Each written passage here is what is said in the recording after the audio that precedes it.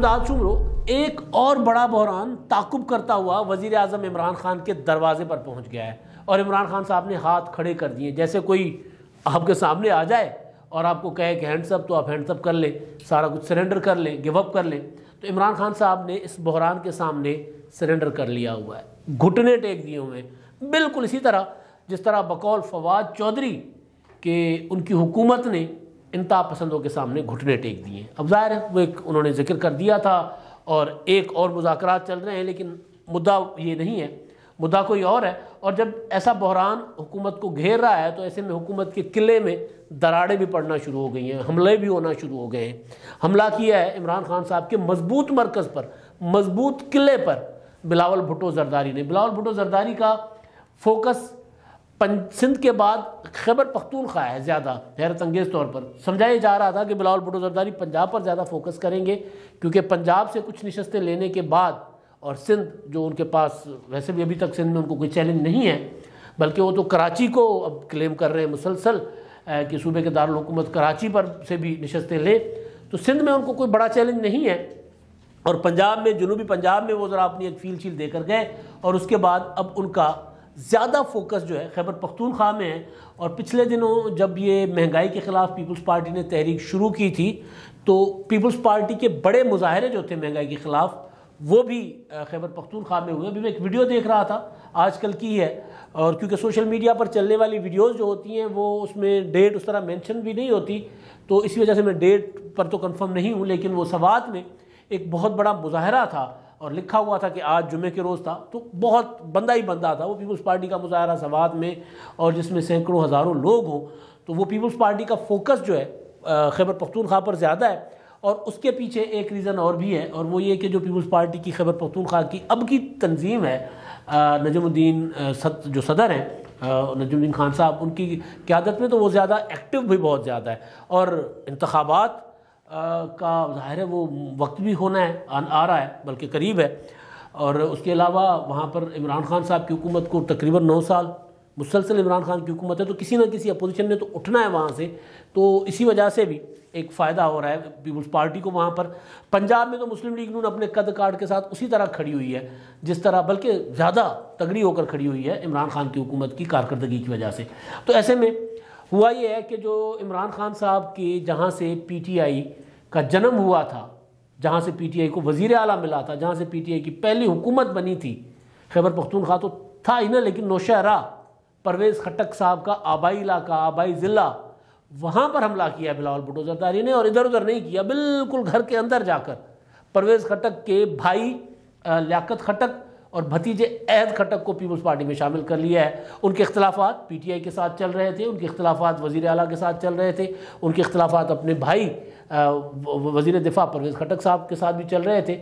और परवेज़ खट्टक साहब मुसलसल दिफा करने में नाकाम हो रहे हैं। मुल्क का दिफा तो खैर उनको कोई उसकी परवाह नहीं है, हमारे दिफाई इदारे खुद ही दिफा करते होते हैं, और वज़ारत दिफा तो वैसे भी जिसको बिल्कुल खुडे लाइन लगाना हो तो उसको दी जाती है, क्योंकि वो वहाँ पर मुशावरत वाला कोई अमल होता नहीं है कि आपको कोई ऐसी वजारत हो, रेलवे की वजारत है, फ़लाँ वजारत है, तो कम्युनिकेशन की वजारत है, तो वहाँ पे थोड़ी बहुत मुशावरत चलती है। लेकिन चलती या इस हुकूमत में तो खैर बाबू ही सारा कुछ इस हुक्मरानों को घुमा फिरा रहे हैं, इनसे काम हो भी नहीं रहा, तो काम नहीं हो रहा, इस वजह से बहरान दर बहरान पैदा हो रहे हैं ना, कभी चीनी का बहरान, कभी गंदम का बहरान, कभी आटे का बहरान, और अब एक नया बहरान, उस बहरान पर भी मैं आ रहा हूँ। तो वो बिलावल भुट्टो जरदारी साहब ने उनके घर पर हमला किया है परवेज़ खट्टक के, तो उनके भाई और भतीजे शामिल हो गए। आज शमूलियती जलसा हुआ है नौशहरा में और बहुत भरपूर जलसा था, अच्छा जलसा था। ज़ाहिर है जब कोई एक पार्टी छोड़कर दूसरी पार्टी में शमूलियत करता है तो उसकी भी कोशिश होती है कि जी जो आए अपना दूसरी पार्टी के कायद यानी उनकी नई जमात के कायद आएँ तो उनका इस्तकबाल भी भरपूर हो और अपना ज़रा दिखाएँ भी, अपना वज़न भी दिखाएं। तो उन्होंने वज़न दिखाने की भी कोशिश की। तकरीर भी भरपूर थी बिलावल भुट्टो जरदारी की, हुकूमत पर हमले, हुकूमत पर तनकीद, बेरोज़गारी, भूख, बदहाली, आमरीत, जो भी सारी चीज़ें जो उनकी तकरीर में होती हैं, यानी कोई उस तरह की कोई नई बात नहीं थी, लेकिन हुकूमत पर तनकीद, इमरान खान सिलेक्टेड वगैरह वगैरह। लेकिन असल जो चीज़ थी वो थी खैबर पख्तूनख्वा। अब खैबर पख्तूनख्वा में इससे पहले भी पीपल्स पार्टी में शमूलियत वो करवाते रहे, लेकिन अब उनका जो फोकस है वो खैबर पख्तूनख्वा पंजाब में भी आएंगे। बल्कि ख़बर एक ये भी है कि आसिफ जरदारी साहब भी लाहौर के लिए तैयारी पकड़ कर बैठे हुए, तो आजकल पहुँचेंगे और लाहौर में पीपल्स पार्टी जो NA133 है वहाँ पर भी इलेक्शन लड़ रही है और इलेक्शन में बहुत तगड़ा इलेक्शन लड़ रही है। जीतने की पोजीशन में ज़ाहिर है पीपल्स पार्टी नहीं होगी क्योंकि सामने मुस्लिम लीग नून है और PTI तो है ही नहीं, PTI तो दौड़ गई है ना, बल्कि दौड़ी ऐसी है कि मतलब समझ नहीं आया कि इनके साथ हुआ क्या। वो कागजात मुस्तरद हो गए, कागजात मुस्तरद होने के बाद ये होता है उमूमन के कोई इंडिपेंडेंट कैंडिडेट्स भी होते हैं जिन्होंने कागज़ जमा करवाए होते हैं इसी आस पे कि किसी ना किसी के साथ एडजस्टमेंट हो जाएगी, तो वहाँ से भी वो कैंडिडेट को उठा सकते थे। तवील लिस्ट होती है, तवील फहरिस्त होती है। PTI ने कि कई ऐसे लोग भी होंगे जिनको उन्होंने टिकट नहीं दिया होगा तो उन्होंने कागज़ जमा करवाए होंगे। तो इस तरह भी एक होता है कि यार या फिर ये कि 2, 4, 5, 10 कैंडिडेट्स के कागजात जमा हो जाते हैं कि कुछ भी हो सकता है। कवरिंग कैंडिडेट का तस्वुर भी इसलिए होता है, लेकिन यहाँ पर PTI ने टेक्निकली सरेंडर कर लिया ना। एक होता है ना कि आप सरेंडर करते हो ऐलानिया कि जब इलेक्शन नहीं लड़ रहे, पहले टेक्निकली सरेंडर किया और अब मुत्तहदा कौमी मूवमेंट बनने की कोशिश कर रहे हैं लाहौर वाले हल्के में। और वो कैसे कर रहे हैं? वो ऐसे कर रहे हैं कि जी यहाँ पर प्रेस रिलीज जारी किया है PTI के सदर पंजाब के चौधरी एजाज साहब, सेंट्रल पंजाब के सदर हैं उन्होंने, और ये वही है चौधरी एजाज साहब जिन्होंने अपना कहा था कि जब साद रिजवी साहब रिहा होंगे तो मैं उनको वेलकम करूँगा। रिहाई के बाद खैर उन्होंने प्रेस रिलीज भी जारी किया, बयान जारी किया, उनकी रिहाई पर मुबारकबाद सबसे पहले उन्होंने दी। प्रेस रिलीज तैयार पड़ी हुई थी और जैसे वो रिहा हुए तो दूसरी खबर उनकी रिहाई के बाद एजाज चौधरी साहब की थी। तो एजाज चौधरी साहब ने कल एक प्रेस रिलीज जारी किया था जिसमें उन्होंने ये कहा था कि जी हम इलेक्शन में क्योंकि हमारे कैंडिडेट के कागजात जो है हो गए विथड्रॉ, अपना विथड्रॉ कह रहा हूँ मुस्तरद हो गए, लिहाजा हम इलेक्शन विथड्रॉ कर रहे हैं टोटल, हम इस इंतखाबात में हिस्सा ही नहीं ले रहे और हम अपने वोटर्स को कहते हैं कि वो घरों में रहें। अब मैंने कहा MQM बनने की कोशिश कर रही है। MQM ने 97 के इंतखाबात का बाइकआउट किया था, कौमी असम्बली के, सूबाई असम्बली के बाद कौमी असम्बली के इंतखाबात थे। उस वक्त ये होता था कि एक दिन सूबाई असम्बली और फिर कौमी असम्बली का, एक दिन कौमी असम्बली का और उसके बाद सूबाई असम्बली, पहले कौमी असम्बली फिर सूबाई असम्बली। तो कौमी असम्बली का उन्होंने बाइकआउट किया और बाइकआउट करने के बाद ज़ाहिर है जिसको जितने वोट पड़ने थे वो जीत गए। कोई 8,000 से, कोई 10,000 से, कोई 15,000 से MNAs बन गए उस वक्त वो, और ज़्यादा लोग पीपल्स पार्टी से थे तो वो बन गए वहाँ पे, या कुछ और जमातों के भी थे तो वो बन गए। और उसके बाद उन्होंने 2000 में जो मुशर्रफ के ज़माने के पहला बलदियाती इदारे थे, बलदियाती जो बने थे, सिटी नाजिम बने थे अपना वो खान साहब, जो नेमतुल्लाह खान साहब, उस वक्त भी जब इंतखाबात हुए तो इन्होंने भाई लोगों ने, इमरान अल्ताफ़ भाई ने बाइकआउट कर दिया था। उन्होंने कहा कि जब इंतखाबात नहीं लड़ते और लोगों का आप घरों में रहें, तो उसमें ये हुआ कि नेमतुल्लाह खान साहब आ गए, मुंतखब हो गए। ज़ाहिर है फिर स्पेस छोड़ते हैं आप तो कोई ना कोई तो आ जाता है, ये तो नहीं हो सकता।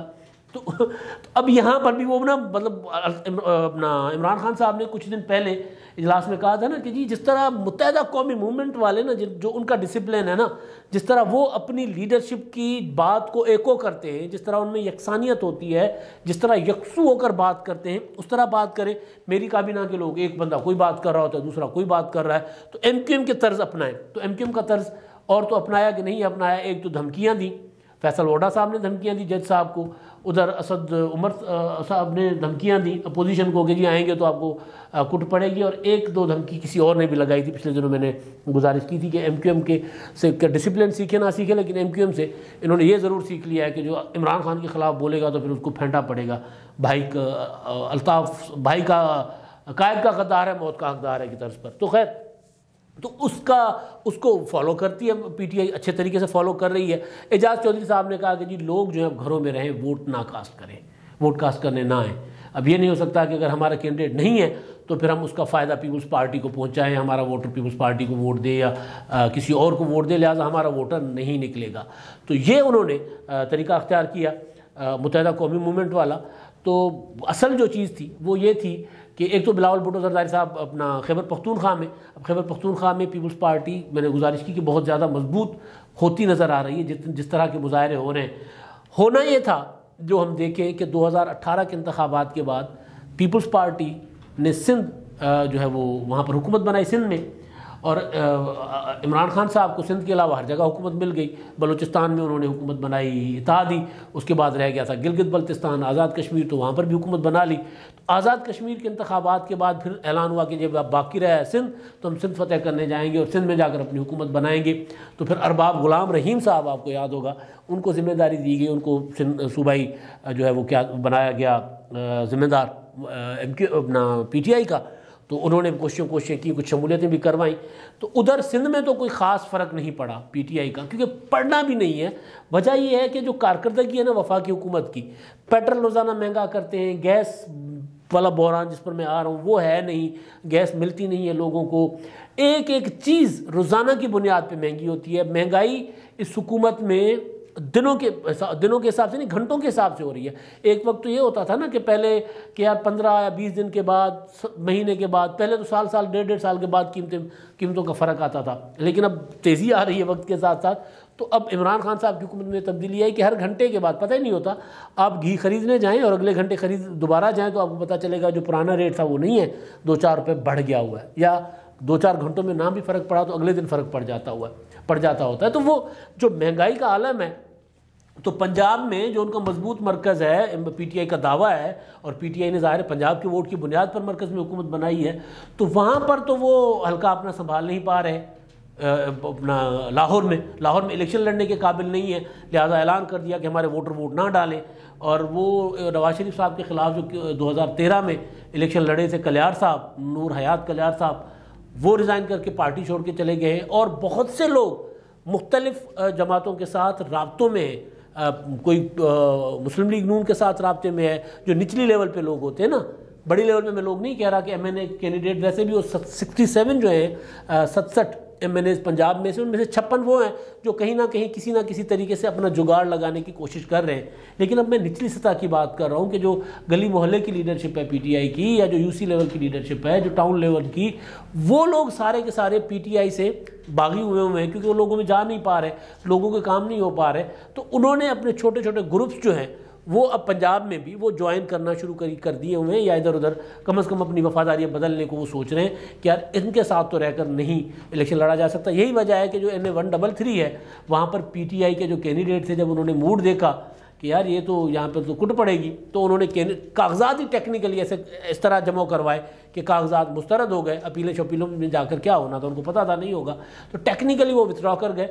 तो जो जमात यहाँ पर पंजाब में जो जहाँ मजबूत हो गई थी मुस्लिम लीग नून के बाद नंबर 2 जमात के तौर पे, और बल्कि कुछ अर्सा पहले तक सियालकोट की एक सीट भी जीती, और जो डस्का की सीट थी वहाँ नंबर 2 थी। तो अचानक लाहौर के इलेक्शन में नंबर 2 ही होती ना, ये हल्का मुस्लिम लीग नून का था, परवेज़ मलिक साहब की इंतकाल की वजह से खाली हुआ था NA 133। तो वहाँ से वो इलेक्शन लड़ने, ना सिर्फ लड़ने की पोजीशन में नहीं, एलानिया उन्होंने मैदान छोड़ दिया कि जी हम इलेक्शन नहीं लड़ रहे। तो वो सिंध में जाकर क्या करते, ज़ाहिर है सिंध में तो पीटीआई का नाम कोई वहाँ पर ले तो लोग सुनने को तैयार नहीं होते। यहाँ पर पंजाब में तो फिर भी थोड़े बहुत लोग पीटीआई को अभी भी सपोर्ट करते हैं। अब इंतखाबात में पता चलेगा कि क्या होना है, इलेक्ट्रॉनिक वोटिंग मशीन का चमत्कार वगैरह अपनी जगह वो आना है, तो उसको पता चल जाएगा कि क्या होगा। अब बहरान जो है, क्योंकि हुकूमत बहरानों में घिरी हुई है, और ये बहरान मुंतकिल करती है अवाम की तरफ, अपने कांधों पे नहीं लेती। अपने कांधों पे बहरान अपने कांधों पे लेने का मतलब क्या होता है कि बहरान को हल करने की कोशिश करें। महंगाई है तो महंगाई को काबू करने की कोशिश करें। इमरान खान साहब ने जितने माफियाज के सामने कहा था ना जी मैं इनके सामने डट जाऊंगा, या जिनको माफियाज करार दिया था उनके सामने वो लेट के सो गए। ये नहीं होता कि लेट के उसके बाद थोड़ी देर के बाद यार चलो अब आपने ये काम कर लिया ना, तो अब अगली वारदात नहीं करनी आपने, तो वरना ये भी नहीं, बिल्कुल फिर उनको वारदात पर वारदात करने की इजाज़त मिल गई ना माफियाज को। मैं महंगाई माफियाज की बात कर रहा हूँ, चीनी से लेकर अद्वियात तक, और अब गैस। रात जब मैं घर गया तो खाना नहीं पका हुआ था जी। क्यों नहीं पका हुआ? गैस ही नहीं आ रही। अपना LPG मंगवाई, सिलेंडर भरवाया, सिलेंडर 210 रुपये LPG का, 210 रुपये किलो। अब वो ज़ाहिर गैस नहीं है। अब उसमें मज़ेदार चीज़ ये है कि बजाय इसके कि इस चीज़ को समझने के, इस इशू को हल करने के, जो सहाफ़ी इसकी निशानदही कर रहे हैं इन बहरान, क्योंकि ये बहरान छोटा नहीं है। ये बहरान अगर लाहौर में आप देखिए कि सर्दियों में गैस नहीं होगी तो लोग कितनी की LPG इस्तेमाल करेंगे, और उसके बाद LPG कितनी महंगी होगी, या कितनी की LPG अवेलेबल होगी मार्केट में। कराची में आपने देखा कि कराची में इस बहरान का नतीजा ये हुआ कि वो ताजिर जो कभी MQM के अपना PTI के अरकान के साथ, गवर्नर के साथ बैठकर प्रेस कॉन्फ्रेंसेस किया करते थे, उन्होंने अलग से प्रेस कॉन्फ्रेंस करके कहा कि जनाब गैस के बहरान की वजह से हम अपनी फैक्ट्रियाँ नहीं चला पा रहे, हमें गैस दो, 1 दिन ना दो, 6 दिन दो, पूरी दो। कराची में गैस नहीं है, जिस सूबे से सबसे ज़्यादा गैस पैदा होती है उसके इंडस्ट्रियल शहर जो है उसका दारुल हुकूमत जो पूरे मुल्क को फिर चलाता भी है, वहाँ गैस नहीं है। अगर कराची की इंडस्ट्री में को गैस नहीं मिल रही तो इसका मतलब है कि पाकिस्तान की मईशत नहीं हो गई ना। तो ये गैस का बहरान सिर्फ चूल्हे तक महदूद नहीं है, ये गैस का बहरान मईशत को खा रहा है। तो और मज़ेदार चीज़ ये है, या मज़ेदार नहीं अफसोसनाक चीज़, मातम करने वाली बात यह है कि उसमें जो मुतलका वज़ीर हैं हमाद अज़हर साहब, वो समझ रहे हैं कि सारे का ज़िम्मेदार जो है ना शाहज़ेब खानज़ादा है। शाहज़ेब खानज़ादा लोगों को गलत बताता है, वो टीवी एंकर जो है जियो के, क्योंकि वो पूरा काम करके, पूरी स्टडी करके, एक एक चीज़ सामने ला के फिर इनको एक दो बार इन्होंने बिठाया। जब ये नॉकआउट हो गया तो ये कह के गया कि जी बहरान, अब सर्दियों में बहरान आए तो हमने पूछना, उन्होंने कहा कि जी सर्दियों में आप आएंगे, उन्होंने कहा जी मैं आऊँगा। अब वो नहीं आ रहे तो रोज़ाना कहते हैं कि जी गैस का बहरान तो बढ़ रहा है, लेकिन जो वज़ीर साहब जो कह के गए थे कि मैं सर्दियों में आपके पास आऊँगा, वो हमारा फ़ोन नहीं सुनते, हमाद अज़हर साहब। तो हमाद अज़हर साहब ने एक ट्वीट किया कि शाहज़ेब खानज़ादा को मेरा चैलेंज है कि एक गैर जानिबदार एंकर और आज़ाद माहिरीन के हमरा LNG और गैस के इशू पर मुझसे मुनाजरा कर लें और मुसलसल रोक टोक, मुदाखलत, आवाज़ के कंट्रोल और टेलीप्रॉम्प्टर पर पहले से तैयारशुदा स्क्रिप्ट पढ़ने के बजाय अवाम को आज़ाद बहस सुनने और फैसला करने का मौका दें। सवाल यह है कि शाहज़ेब खानज़ादा तो एक एंकर हैं, जानिबदार हैं, गैर जानिबदार। सवाल ये नहीं है कि उनके साथ आपका मनाजरा बनता है या नहीं बनता। सवाल ये है कि आप यही काम खुद जाएं मार्केट में, घरों में, लोगों के पास, गलियों में, मोहल्लों में जाकर लोगों से पूछें कि भाई गैस मिल रही है, कितनी आ रही है, गैस का बहरान आपको कितना तंग कर रहा है। सुबह जो स्कूल जाते हैं बच्चे, वो कुछ खाना खाते हैं या नहीं खाते। तो वैसे तो लोग इधर उधर से कमा कमू के महंगाई का तो बंदोबस्त करके आते हैं, लेकिन जब ख़रीद कर लाएँ आटा, चीनी, घी और वो घर में पके ना, तो फिर ये बहरान जो है ना इस सड़कों पर आएगा। तो ये बहरान रुकेगा नहीं, फिर ये हुकूमत को खा जाएगा। और हुकूमत अगर इस तरह समझ रही है कि वो ट्वीट करके और शाहज़ेब खानज़ादा पर या फ़लाँ पर इल्ज़ाम लगाकर बच जाएगी, तो इनकी ख्वाब ख्याली है, ये बहरान दर पर आ चुका हुआ है। अब तक के लिए इतना ही। अल्लाह हाफ़िज़।